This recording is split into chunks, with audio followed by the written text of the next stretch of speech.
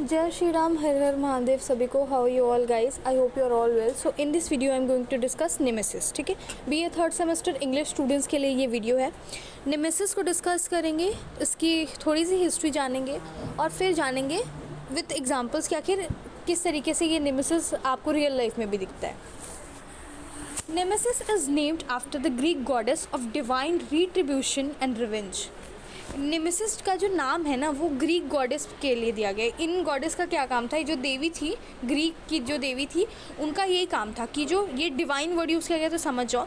Retribution and revenge यानी कि जैसे आपके अंदर जब ओवर प्राउड आ जाता है ना, तो वो नहीं होते कि भगवान आपको सबक सिखाते हैं कि आप बहुत अति कर रहे हो. तो ये भी वही करती थी, जो भी ओवर स्मार्ट बनता था उसको ये सबक सिखाती थी. सिंपल वर्ड्स में समझो, फिर मैं आपको टिपिकल वर्ड्स बोल के समझाऊंगी. लेकिन अभी सिंपल ये है कि मान लो नहीं, आप कहते हो कि भगवान सज़ा देगा, तो आप जब गलती करते हो तो भगवान, वो कहते हैं ना करनी का फल, कि आपने अगर किसी के 10 रुपये चुराए तो अगले दिन आपका 20 रुपये गायब. समझ रहे हो ना. तो ये क्या होता है, जैसे मान लो एग्जांपल कि आपने किसी के 10 रुपीज़ चुरा लिए और उस टाइम से बहुत भूख लगी थी, उस बंदे के पास सिर्फ 10 ही रुपये थे, तो वो तो भूखा रह गया. तो वो जब भूखा रह गया, तो जब अगले दिन आपका जो 10 रुपये से ज़्यादा 20 रुपये गायब हो जाएगा ना, तो आपको रियलाइज़ होगा कि भगवान ने मेरे साथ वो कर्मा वाला खेल खेला है ना. तो नेमेसिस का मतलब होता है to give what is due. Simply जो बाकी रह गया है उसको देना.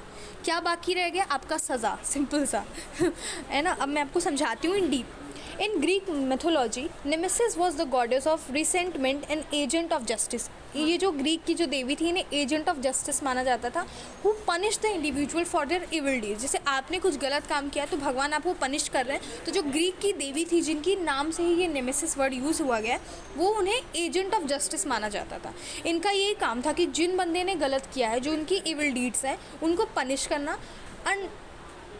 अनडिज़र्व्ड गुड फॉर्च्यून एंड यूब्रिस का अभी मैंने यूब्रिस पढ़ाया नहीं है, मैं आपको अभी पढ़ा देती हूँ यूब्रिस. फिर मैं आपको नेक्स्ट वीडियो में अच्छे से एक्सप्लेन करूँ. यूब्रिस यानी अगर आप बहुत एक्सेसिव प्राउड दिखाओगे कि हम ही, जैसे एग्जांपल नहीं कहते हैं कि आप कहीं कंपटीशन में पार्ट ले रहे हो और आप कह रहे हो मैं अच्छा परफॉर्म करूँगा, दैट इज़ कॉल्ड कॉन्फिडेंस. जब आप ये कहोगे कि मेरे अलावा तो कोई बोल भी नहीं पाएगा, दैट इज़ ओवर कॉन्फिडेंस. और यहीं पे बंदे की डाउनफॉल चालू होती है. तो hubris is what? Over confidence, over proud जो आपका है वो ही होगा यूब्रिस. आपका जो एरोगेंट नेचर है वो यूब्रिस होता है. And brought their downfall from prosperity to adversity. यानी ये जो देवी होती हैं वो एविल डीड्स को सज़ा देती हैं. किस तरीके से? वो जो प्रॉस्परस और उनकी बेस्ट लाइफ होती है वो एडवर्स सिचुएशन में बदल जाती है. ठीक. Nemesis was a symbol of equilibrium and was associated with the neutral distribution of fortune, tit for tat, karma. यानी आपने मेरे साथ गलत किया, आपने मेरे साथ धोखा किया. जैसे एग्जांपल मान लो कि कोई लड़का और लड़की है, ठीक है, प्यार मोहब्बत में है, लेकिन लड़का या फिर लड़की किसी को डिच कर दिए, मान लो उसे धोखा दे दिए और किसी और के साथ उसको मतलब लाइक वो क्या होता है, extra marital affair, sorry married तो है ही नहीं, आप ही लोग तो रिलेशनशिप है भाई क्या बोलूँ मैं, छोड़ो बता देती हूँ. तो उस शाम पे मान लो कि आपने उस लड़की को धोखा, मान लो कोई एक्स लड़का है, उसने एक लड़की को धोखा दे दिया और वो बंदा किसी और के साथ चल दिया. ठीक. अब उस सिचुएशन में मान लो वो लड़की, उसकी लड़की की हालत बहुत गंभीर हो जाती है और वो सुसाइड अटेम्प्ट कर लेती है. अब वो सुसाइड अटेम्प्ट कर ली है तो अब उसकी जो लाइफ थी वो तो चली गई. अब आप तो पाप के हो गए भागीदारी. पहला तो आपने उसे डिच किया और दूसरा जो मर गई उसका, तो अब भगवान आपको सज़ा देगा. तो अब आपकी लाइफ में जो आपका पार्टनर है, जिसको आपने डिच करके साथ गए थे, जो भी थी या जो भी था, वो आपको डिच कर देगा और आपकी भी लाइफ वैसी हो जाएगी जैसे उस लड़की की लाइफ हुई जिसको आपने धोखा दिया. तो ये इसे बोलते हैं ना कर्मा, टिट फॉर टैट, जैसे को तैसा. वही सीन है नेमेसिस का कि आपने गलत किया तो आपके साथ गलत होगा. और इसी को हम लोग हिंदुइज़्म में कर्मा नाम देते हैं. कि कहते हैं ना कि किसी का 10 रुपये चुरा लो, अगले दिन आपका देखो पैसे गायब हो जाएंगे या फिर खर्चा हो जाएगा एक्स्ट्रा. कहोगे यार बेमतलब का खर्चा हो गया. समझ में आया? As a literary device, nemesis refers to a situation of poetic justice. अब इतना सारा मैंने ज्ञान दे दिया, अब थोड़ा लिटरेचर के टर्म्स में समझते हैं.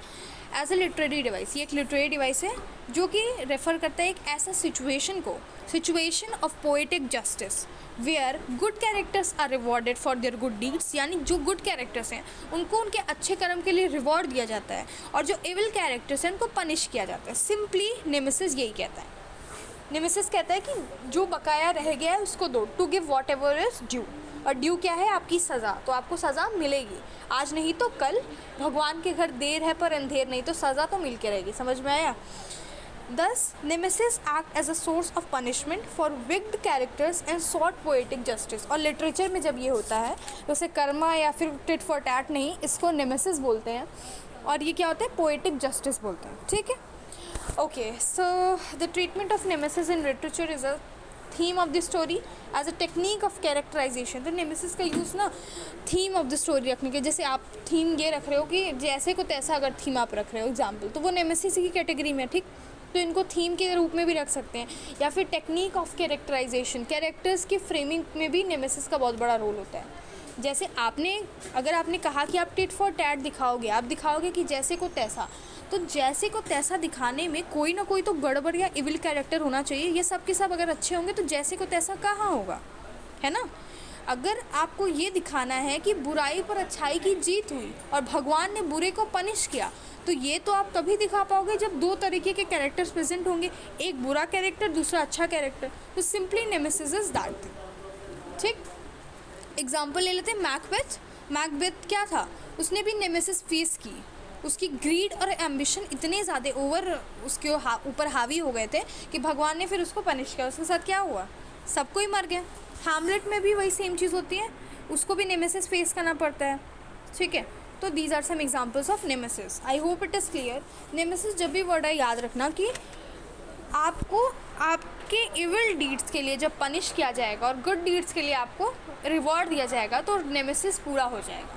कि आपने किसी के साथ गलत किया तो आपको सज़ा मिलेगी, आज नहीं तो कल, लेकिन बराबर मिलेगी। समझ रहे हो?